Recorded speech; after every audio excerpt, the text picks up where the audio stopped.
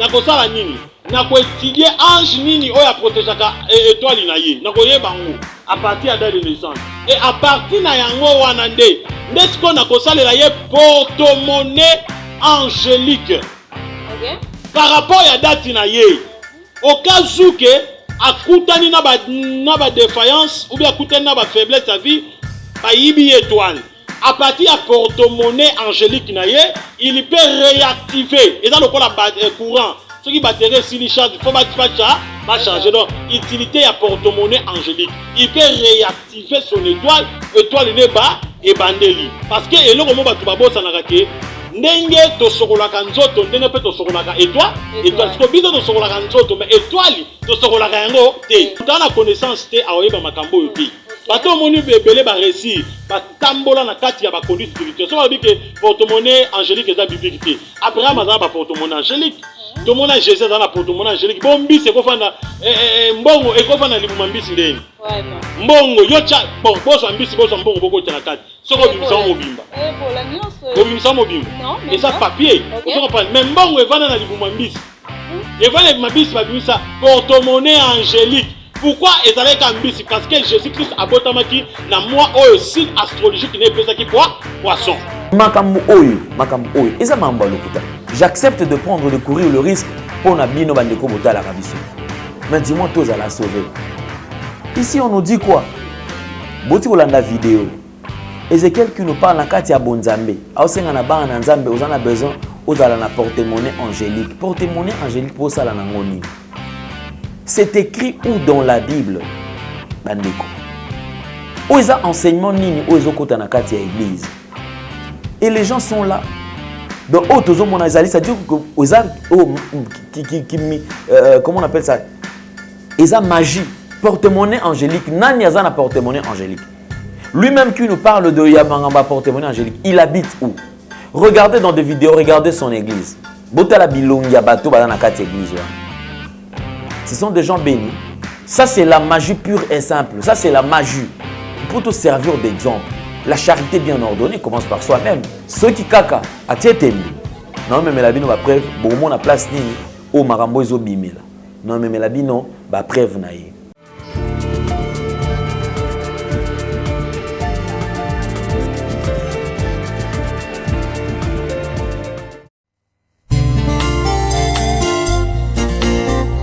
Merci Jésus-Christ, l'abattoir d'amour. Vraiment, quand il m'a causé au capote, on a vie à moto, et ça va sauver, et ça va m'atter. Nazana mbongote, oya kosomba vie. Ya kosombela kalipa eza pasi bongo ya kobandaka kofuta pona masumu na ngai alingaki ozwa ngo wabe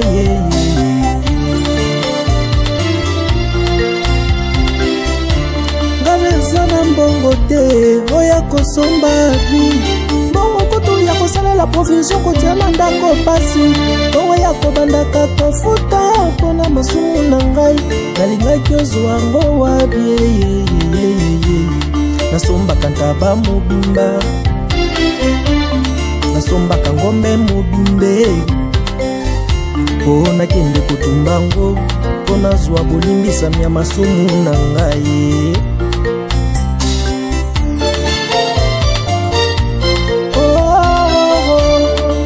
mpona masumu na ngai nda yokufaki mpo nazwa bolimbisami nda yokufaki.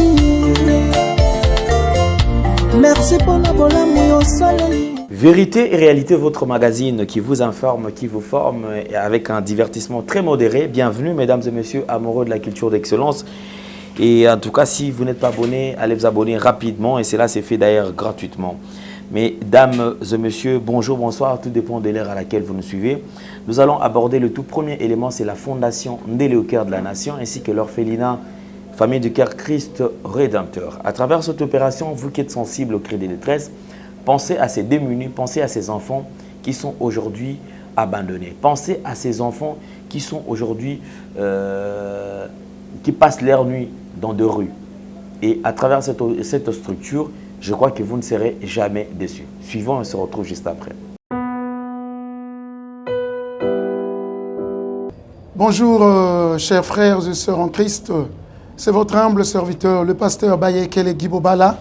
C'est à partir de la chaîne Nouvelle Tendance TV. Je vous salue dans le nom puissant de notre Seigneur et Sauveur Jésus-Christ. Alors, frères et sœurs, aujourd'hui, je suis pour vous demander, bien-aimés, à pouvoir vous abonner sur cette chaîne parce que à partir de Londres, où j'œuvre dans l'église Porte Étroite London, et par-ci par-là en Europe aussi pour ceux qui me connaissent. Alors, quand je vis M. Alain Dele avec des jeunes enfants chez Gay, j'avais dit voilà, une très bonne terre et facile, bien aimé, à convertir dans le christianisme. C'était ces jeunes-là délinquants qui manquent même quoi manger, qui manquent un abri pendant que toi tu en attends. Et voilà, c'est pourquoi j'étais venu ici à Kinshasa pour joindre mon bien-aimé et travailler ensemble avec lui. Alors, bien-aimé, contribuez vraiment pour l'œuvre du Seigneur que mon bien-aimé Alain, avec toute son équipe, sont en train de faire. Donc, il cherche à plus se faire de disciples pour Jésus-Christ. Voilà, je vous salue et je vous reviens très bientôt sur cette même chaîne. Mais abonnez-vous et nous aurons à vivre des merveilles de l'Éternel dans nos vies, parce que l'ouvrier méritait son salaire. Soyez bénis, peuple de Dieu, soyez bénis. Notre Dieu est tellement bon, soyez bénis. On se reverra très bientôt. Bye bye. Voilà, merci beaucoup. Nous sommes de retour sur ce plateau. Je crois que vous avez aimé. Encore une nouvelle opportunité, comme j'ai toujours insisté. Déjà, terrain Ekiti, vous avez qui n'a $3 800, puis $4 000, Ekiti n'a $3 500. Comme avance $1 500. Alors, tout l'Anabandekwaza sur terrain et nous allons nous retrouver tout juste après. Et Yasika na Kinshasa, boye tika la kozala te makelele tata lopango esili Toronto City à Maluku, bana RDC congolais. Opportunité à Sikamon Mboka pe Sibiso avec $4 ya pamba koma tata lopango to mama lopango. Avec le $4 okoki kosomba cash ou soit par tranche. Par tranche et salami nini. Obanina avance $2 et le 2000 qui reste au kofuta yango par tranche 500, 500, 500, 500 P okomi kolo lopango. Toronto City et Sika Moko très kitoko. Parcelle cadastrée, urbanisée, avec beaucoup d'espace. Nyon surtout okoluka okokuta yango. Mais narata. Terrain de vente sur un site accessible, urbanisé, cadastré, plat, désherbé, avec espace de jeu, espace vert, magasin, marché, peignon surtout, pembeni. Ezali solote, tala peyoka. Alors, tu as une concession, Toronto City. Tu as une commune à Maluku, dans la ville province de Kinshasa, dans la République démocratique du Congo. Et concession Toronto City. Et après avoir fait la bêtise, surtout, il y a immobilier, foncier et tout. Là, il y a géo, localisation, tout pour que tu puisses pouvoir que la situation soit. Concession est Bandiawa, et si vous avez ma borne Oyo, à 2 entrées, il y a raccourci à Makolo, na entrée Oyo, il y a Mutuka. Donc, raccourci à Makolo, c'est-à-dire à 15 minutes, vous avez déjà dans Makada. C'est juste pour dévier, pour que les soient fiables, de c'est ça. Dans la situation, surtout, nous avons les avenues, les grandes avenues de 8 mètres et des directions plutôt de 8 mètres et les avenues de 7 mètres. Alors que la parcelle Nabiso Ezali, il y a 20 mètres sur 20 ou bien 400 mètres carrés.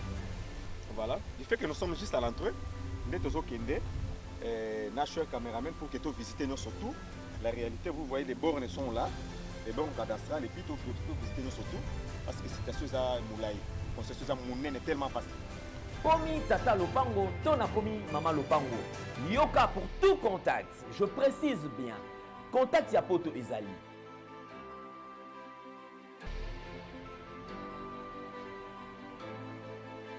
Ya Kinshasa ezali.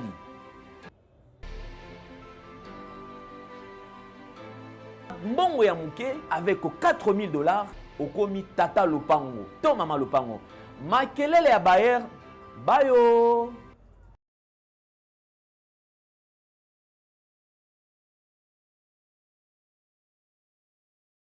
Voilà, merci beaucoup. Rien n'empêche que nous puissions traverser ces petits moments ensemble avec vous. Je crois, comme j'ai toujours dit, j'ai reçu beaucoup d'appels, pas bandeko. Ba papa, ba maman, au bazar na souci, bazar na besoin, il y a qu'à sauver l'Église corps du Christ. Et aussi, au bazar na souci, makambo to sala boye et qu'il est sous liboso et qu'il est sous liboso koleka. Raison pour laquelle nous allons aborder ce sujet. C'est vrai, j'aime plus parler de ça. Mais aujourd'hui, c'est à titre de rappel que je reprends encore ce sujet. C'est vrai qu'il y a certains balanda yango et aussi certains balanda yango te. Alors pour ceux qui n'ont pas eu le temps ou l'occasion de kolanda yango te, kolanda yango sur Nouvelle Tendance Télévision pour tout mekampe koyeba isa nini. Je crois que cette histoire, il y a bandeko binganga tout ça et tout ça tout ça. Je répète encore, moi je suis impartial. Je suis au milieu du village. Nalembongwa motute pour na déstabiliser motu. Nazui transfert ya motute pour peut-être côté langa to ça langa boye. Exact. Tout ce que je suis en train de faire et tout ce que je suis en train de dire, nazoloba rien que la vérité. Donc c'est sans intérêt. Nazana pona koko isa motute, ko kapete sona côté la nani pona tombola. Moi je fais mon travail comme étant journaliste et investigation. Parce que Makambo, et d'ailleurs, nous prenons beaucoup de risques. Nous courons beaucoup, je dis bien beaucoup de risques. Vous ne pouvez pas imaginer la menace. Il y a des gens aujourd'hui qui pètent le cap. C'est-à-dire que au moins, mais afingi papa na yo, afingi maman na yo, afingi bana na yo, afingi mwasi na yo. Vous posez la question au juste, c'est quoi le problème? Faut retourner mon tour, on a un problème. Pourquoi finir? Seulement parce que j'ai décidé de vous apporter la vérité. Oh, vérité quotique à la vérité. On ne change pas la vérité. Peu importe le temps que Moutaoki Kozwa, et pour nous voiler la vérité, donnant place au mensonge. Il y a un temps, et ça la kaka au monde qui est obima. Et qu'on finit kaka par kobima et tant que kobima et vous assure le solo n'embino bomona boité. La vérité prendra place. Encore je répète, n'a pas problème.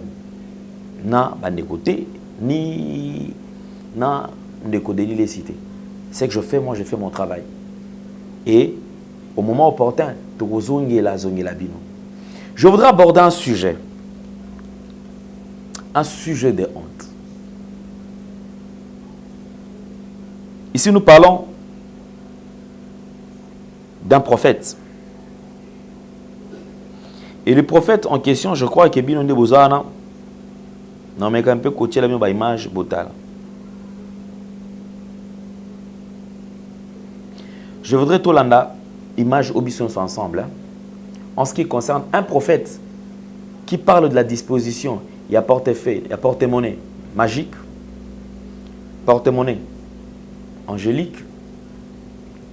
Je crois, les longs d'enfants dans Italie, porte-monnaie angélique. Un prophète de Dieu qui dit, Boyo kana ba pratique quoi le bien, mutaza na poto, mutaza wa piaza na besoin à porte-monnaie angélique. Et ben nako produire bambon, et ben nako sanzela yembon. Boyo kanine se libo sala. Pour vous apporter mon nom. Tout le monde.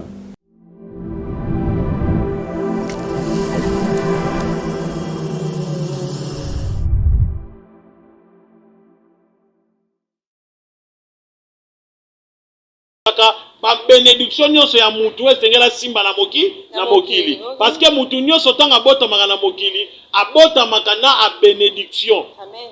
Abota makana élévation. Abota makana lipamboli, abota makana lupemba.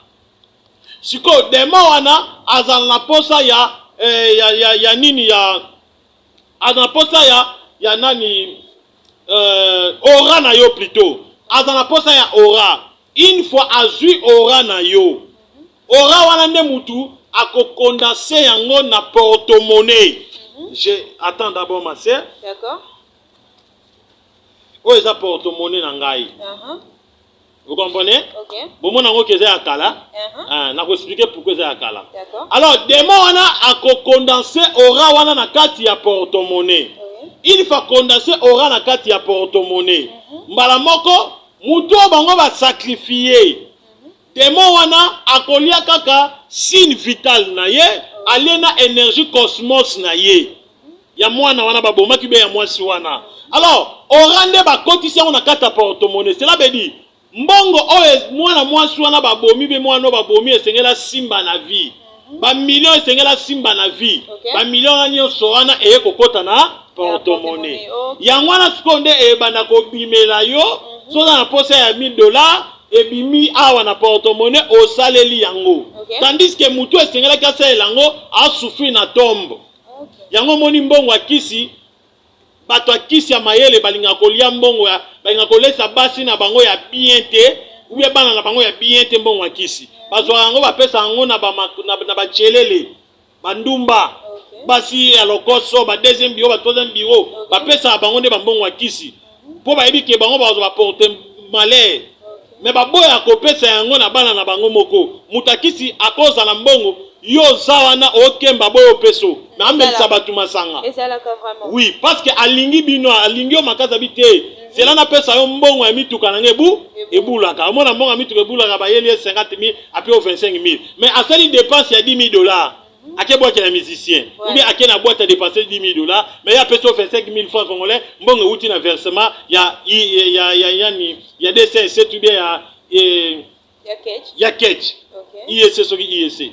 Vous comprenez ngo? Pourquoi boyi? Parce que aura mbongo wana za mbongo akisi mutu wana ba sacrifier ye. Po molimo mutu wana eko sala vengeance mutu aliye. Azobanga bitumba wana ekomela bi? Ekomela bino. Vous comprenez le kwango? Alors, porte-monnaie magique nde bongo. Sikoyo tangu yo zwi yango. Nganga kopesa code yo bana kobeta. Code yo bana kobeta yo za la code moko da correspondre ou bien zo ko sans concorder na code ya mutu ya kufa. Parce que mutu nyonso tango akufaka azalaka na code. Mutu nyonso na mokili banki na ye s'il vous plaît, ezalaka na code. Ne ozabwe oana code, mot de passe protégera ba chance na yo. Po ba yibo wa chance esengeli yo moko fongola porte. So fongoli po na tese ki eloko yibisa mutu ba chance na lubaki yango. Une fois au fongoli ba porte, nde ba koyeba so mot de passe 001 002 45 67. Ba yebi yango ba yibi yo. Vous en comprenez? Code wana siko tangu ba sacrifier yo. Ba kozande code wana ba kangisi yango na porte-monnaie. Siko muta obimisa mbongo, il faut beta kombo na yo ya mutu kufa po nganga awebi soteke kombo robengeza ya mutu kufa. Awebi so peza ganga Mireille. Après bisa mbongo beta Mireille 005 Mireille 005. Na posa $500. Mireille 005. Ya yebi siyo. Mais yo yebi teke mo nani code wana za code ya mutu nganga sacrifier ki atie na porte-monnaie yo yebite yebo ganga Mireille 005 ofongola be 500 balles parce nganga pesa condition mbongo oyo ko pesa ba pasteur te mbongo oyo ko kende ko sunga babola te mais mbongo oyo sala de toutes les façons kena ko bwaka ko pesa somba biloko do esila bamsuba lobaka esila mukolomo moko yamba benga l'argent facile. Pas qu'endetté. Comment batu balingi ko condamner nga pour côté arabe démon? Oui. Nasa sentinelle. Na yebi ma baby si kezali, na yebi si bande robot ma koloté. Ato moni nganga leki na TV misi $1000. Confier yete mbongo na lia kangote. C'est ça, c'est ça. Yemo ka yebi que son aliango bana nga ba okufa nga pe na okufa. Les ambongo mabe. Est-ce que vous comprenez nga? Le porte-monnaie magique ezali mabe za sacrifice humain. Et puis ko banda lelo, bomoni bangango balekana ba YouTube. Abimisi combien? Alobi kateka porte-monnaie ko somba te. Ata yebisi yo porte-monnaie oyo senga makila te lukuta. Lukuta porte-monnaie magique senga ka makila. Donc ce qui est au PCA oyepona epana yepona ozwa mbomengo. Et ça est important que vous puissiez y aller aura. Tant que vous pas naïe, au sommet porte-monnaie pèse $500 aux porte-monnaie. Hier à ça la sacrifice à Moutopombo Wanebima. Tant que pèse yo porte-monnaie ça là. Au sala invocation, oh hier à ça la cabelle la gamoine sur la mireille au sacrifice parce que aura battu na kati ya porte-monnaie. Vous comprenez? Alors yo tant que banda kobela ngo zo utiliser mbongo wana.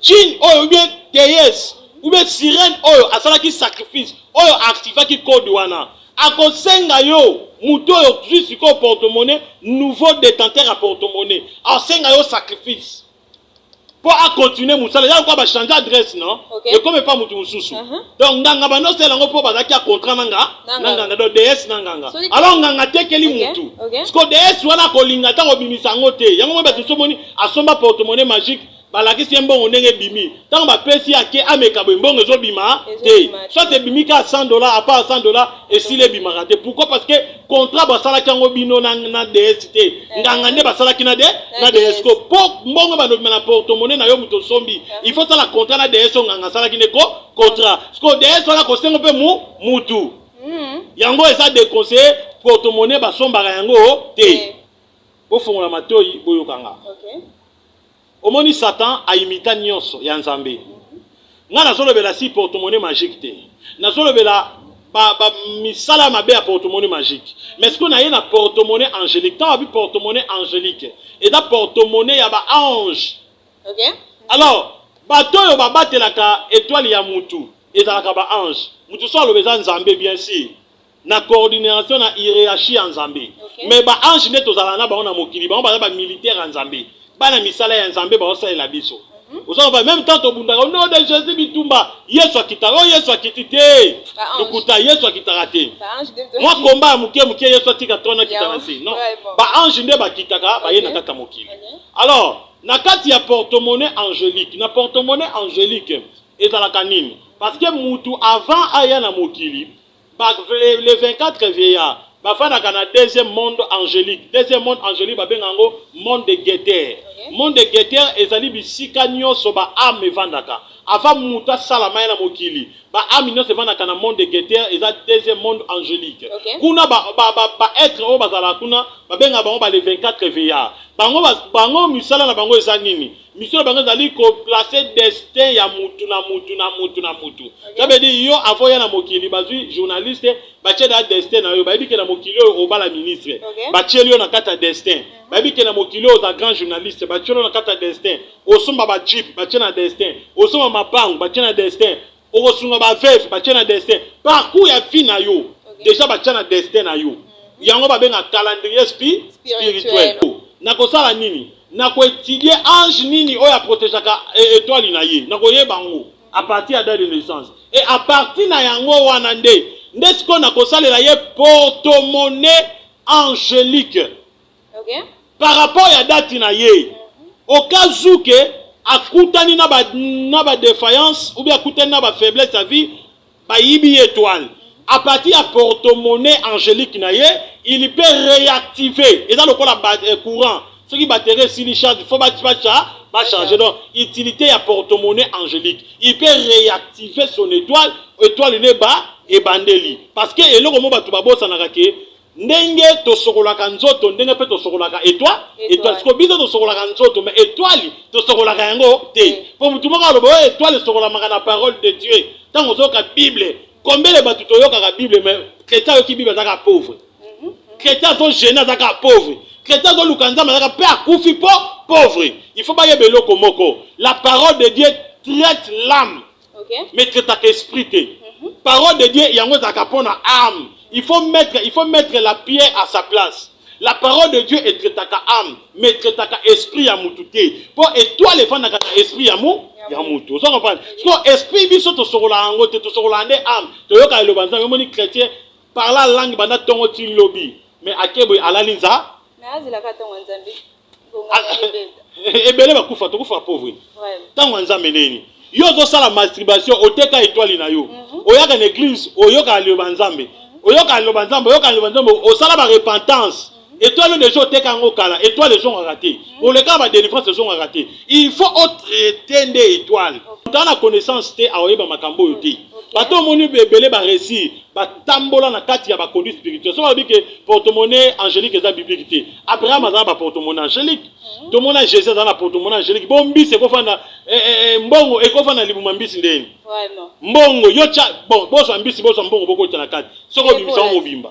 Pour la nyonso. Obimisa mobimba. Non, mais ça papier. Vous comprenez? Même mbongo evana na libuma mbisi. Evana mabisi babimisa porte-monnaie angélique. Pourquoi ezalaki ambisi? Parce que Jésus-Christ abotamaki na moi oyo signe astrologique ne pesaki poisson.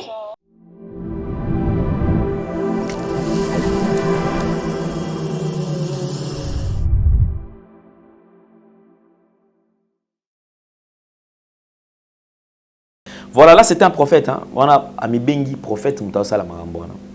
Je me pose la question, où allons-nous?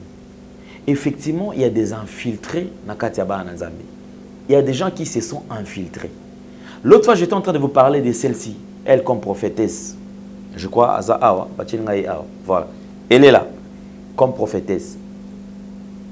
On l'appelle qui? Prophétesse Siara Mboyo. Je suis passé sur le média, sur mon plateau, pour dire que la personne dont nous sommes en train de voir là n'est pas une prophétesse. Aza prophétesse, c'était parce que famille naye, place à outi, toyebi. Papa naye, nani, nganga. Bakuta na pendenge nini, asala kanenge nini, nganga. Ici, j'étais en train de vous exposer. Vous savez ce qui se passe? J'avais précisé. Bino bandeko bobinga kae, akoyebisa bino ke na okene na ngomba, na okene na montagne, na kiko sala eloko, na mona solution na eloko nanga. Qu'est-ce qui se passe? Pour ceux qui ont misé l'argent mbongo ebele. Bazwa kaba requête na bino. Lokola ya za musulman, ye aza ayebanina, bon, je ne parlais même pas que eza bon sûr eza pe ya solo to aza ya lokota. Ça dit ye akozwa yango, akiko pesa ngwe pas un maître moko supérieur, je ne citerai pas son nom ici. Au moins un temps après, une solution à un problème oyozaki nango. Zoka problème oyozaki nango. Tu croiras que le problème est outil solution est outil panzami. Or solution est outil panzami. Solution est outil pire et simple et pas un diable. Bako créer le gémeau pour permettre dans les jours à venir problème on a échanger ce qu'on forme et soit forme mususu. Mutusu ko bengi non te ni na buna ko tuna rendez-vous na okene ngomba dino okene ngomba boye salamba ngombango. Je suis en train de faire ça pour aider les gens. Nenga za boye aibinga na lia mbongo na été. Bandeko oyo nazo sala pona ko aider bango awa. Ba ebi ke mutu mo tatinela ngata 100 francs pour me dire que non de ko alende les sala pe boye parce que effectivement o sunga biso. Mais je le fais uniquement pona ko sunga bandeko na ba congolais. Nous traversons un temps difficile. Mbongo na poto ezapasi. Na kisa sa kutu n'en parlons pas. Quelqu'un qui va passer son temps dans musala na caillou, azobeta caillou, abeti caillou, et komiti na nitama wa boye ça dit moto alembi, azonyinda. Ayant des problèmes à consulter ou à contacter parce qu'il y a qui yosa serviteur de Dieu. Mbala moko yo, obandi kutu nazo kende kutu ngomba. Effectivement, nzamba betlenga lisolo na yo, nga kutunde dans za boy, ozuipe biloko yango pe, ozuipe mbongo mbango na western, mbango na nini, na agence otindi. Ba misusu batinda bambongo, ba mona solution te. Ba misusu batinda bambongo, ba mela bango bambongo. Batikala ba bando ya basu ba appel te. Et c'est ce qui se fait même aujourd'hui na ba prophète belé bozo mona ba défilé a. Consultation prophétique. Somba biloko totia na kati anda kwa nzambe. Somba biloko pour tout somba instrument à église. Somba biloko aboy. La Bible dit quoi? Quelqu'un qui a un problème, qui va consulter un prophète, reconnaissant que le prophète est mandaté de Dieu. Et tout ce qu'il est en train de faire vient de Dieu. Quelqu'un qui a un problème consulte un prophète. Le prophète, sans pour autant écouter son problème, sans pour autant écouter tout ce problème, ni les autres qui sont malamoko, nzamba kutu, opesangaboy. Que nous dit la Bible en ce qui concerne ce dossier? Parce que ça veut dire qu'au côté d'un prophète, aux gens ont un problème. Tu as des problèmes croyant qu'il y a pour la solution, bah comme côté qu'il y a un miracle, bah comme côté qu'il y a une solution à un problème. Comment ils vont le faire? Or la Bible nous dit quoi? Dans Matthieu 11, chapitre 11, verset 28. Venez à moi, vous tous qui êtes fatigués et chargés, et je vous donnerai du repos. Quelqu'un qui vient à l'église, croyant que c'est là où c'est une cité de refuge, croyant que c'est là où il trouvera la solution à ses problèmes, il vient à l'église pour que les problèmes puissent encore augmenter, pour que ces problèmes puissent encore prendre une autre dimension. Prophétesse. Quand j'ai dénoncé Alain, tout ça, aux a contre, aux a mutema mabé, mais je pense qu'un jour, les gens me donneraient raison. les gens vont me donner, Bakopé Sanga raison. Tolongwe a changé. Je me pose la question. Quel est le rapport qui entre il y a le mort et le vivant? Médium. Ça, c'est juste une parenthèse dans Fongola qui n'a kangi. On va parler en ce qui concerne notre frère Ézéchiel. C'est quelqu'un que moi j'aime. Je dis bien c'est quelqu'un que j'aime. Ndeko Ézéchiel, qu'est-ce qu'il fait? Pourquoi les lots na lobby sous batouatindi nga ba vidéo na lobby là? Ndeko Ézéchiel, c'est notre jeune frère.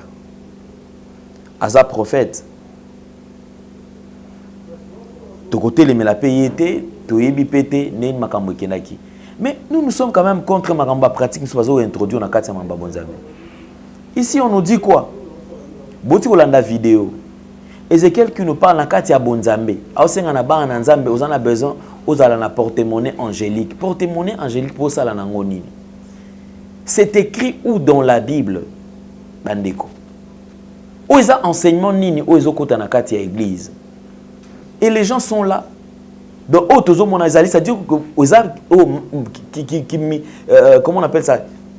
Ils ont magie. Ils ont magie dans l'église. Magie.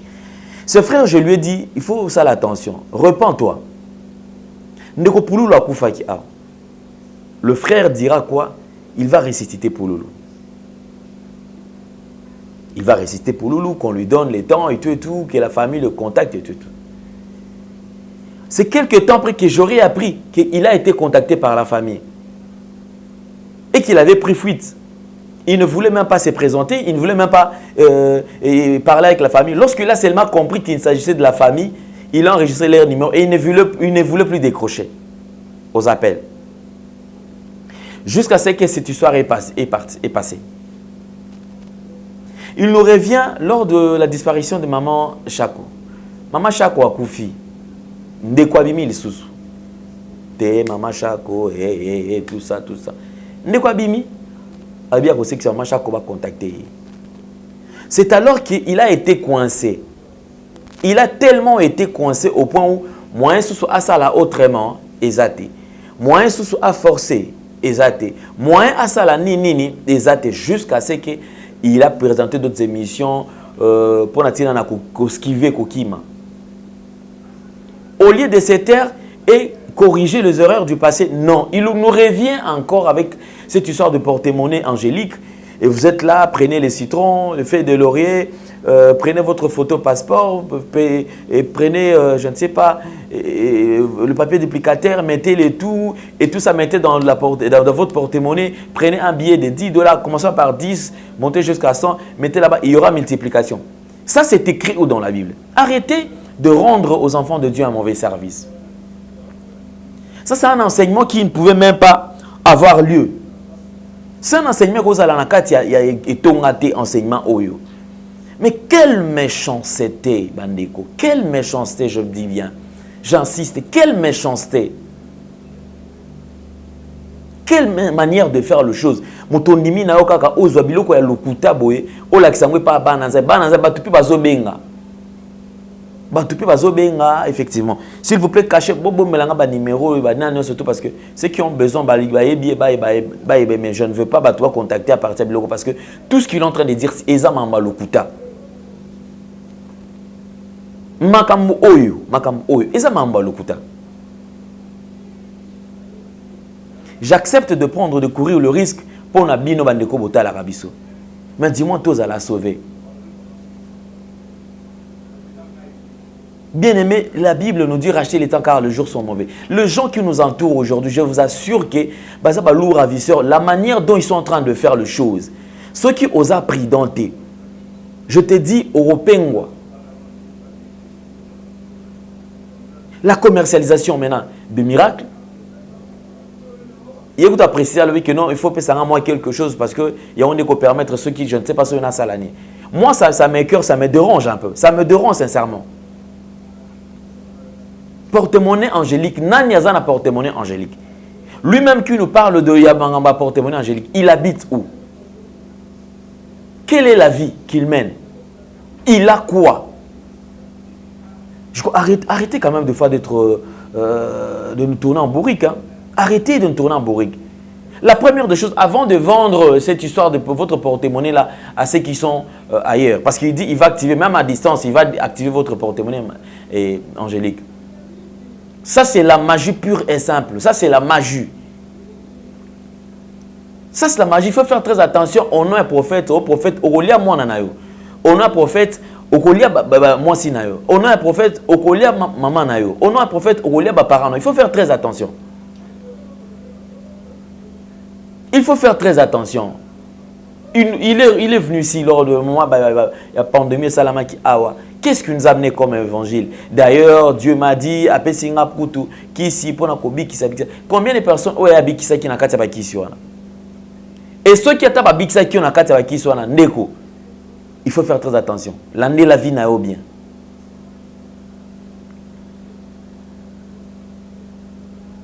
L'année la vie n'a pas très bien.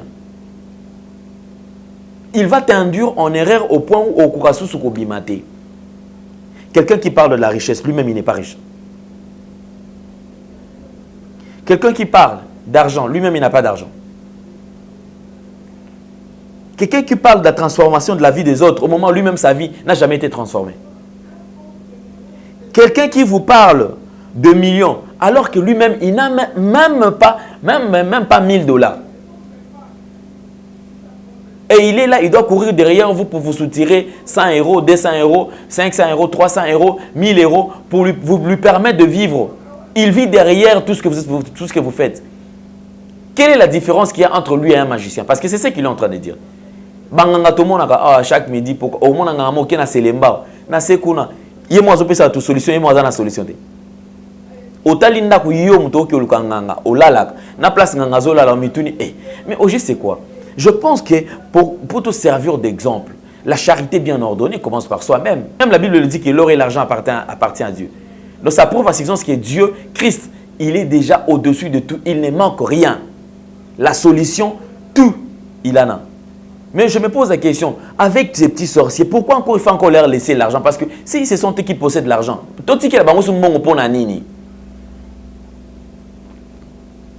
je pense même, vous savez, avant, pour prêcher aujourd'hui un intellectuel, c'est tout un problème. Parce que déjà, avec un intellectuel, vous avez affaire d'abord à la science. C'est que la science lui enseigne.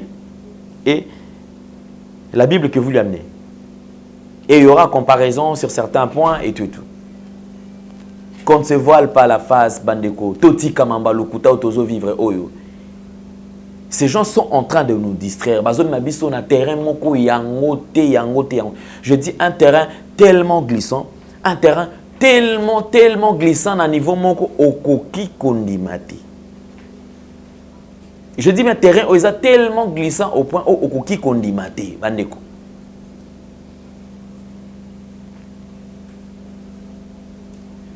Vous qui avez déjà consulté Ndeko, pour la makam parce que nous avons bien prophète. Vous qui avez consulté le frère, vous avez un problème sérieux. L'origine de ce frère est Zawapi. Père spirituel Nezanan. Regardez dans des vidéos, regardez son église. Botala bilongia bato badana kati église wana. Ce sont des gens bénis. Ceux qui bandeko bazana no pembeni na yete. Bola kisanga ba image bato bazana kati église. Ceux qui bandeko o bazana na kati église o te tozo mona ndi baza, c'est-à-dire que baza présentable était bana eloko te, on sent qu'il y a ici, il y a la pauvreté. On sent qu'ici les gens ne sont pas encore bénis. Posez-vous la question, ceux qui bato baza pembeni baza proche na ba osola na ye. Botala ta journaliste. O yazo enseigner. Na la nakosala nini? Nako étudier ange nini oya protégaka étoile na ye. Nako yebango à partir de la naissance. Et à partir na yango wana nde siko nakosalela ye porte-monnaie angélique. OK? Par rapport à date na ye. Au cas où que akutani na ba défaillance ou bien akutani na ba faiblesse à vie, ba yibi étoile. À partir de porte-monnaie angélique na ye, il peut réactiver. Et dans le courant, ceux qui battent sa vilongi na bango te, mais je parle de lui. Ceux qui bango Bandeko, je dis bien, ceux qui bango, ils ont simbaté, ceux qui bango, tout le monde a jusque là rien.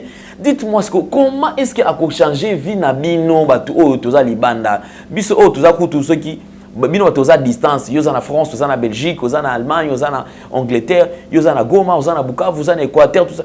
Oh, a changé vie non néni. Attention, attention, attention. Je dis bien attention, attention, attention. Ou Rosala distrait, bako escroquer. Ce sont des escrocs, ces gens. Bah tout aux mona oyo, bah te belé. Je me pose la question, même les prophètes. Combien de prophètes ba escroquer basi abato ah, ba escroquer ba nekomi ba abato ah. Na soutenir on a prière, oui, ça ça là offrande on a peut permettre biso boye. Au moni mambanza, le kola mutoza sur na difficulté, nyo c'est comme akaka oui. Andimi, au lieu sous mbongo na ya pasi. Olingi subosolo laté oyambaka susu appel té et comme ils ont qui s'appelle mbongo olingi pe suko zongi sa mbongo té et comme explication sur explication bandeko où va le monde toujours qui wapi et là bandeko où allons-nous, on va où, nous allons où s'il vous plaît?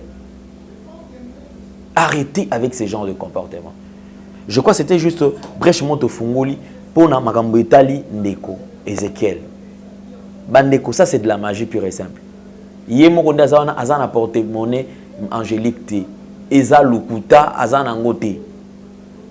Je dis bien eza lukuta azana ngote. Je préfère parler avec des preuves. Ceux qui kaka atietembe.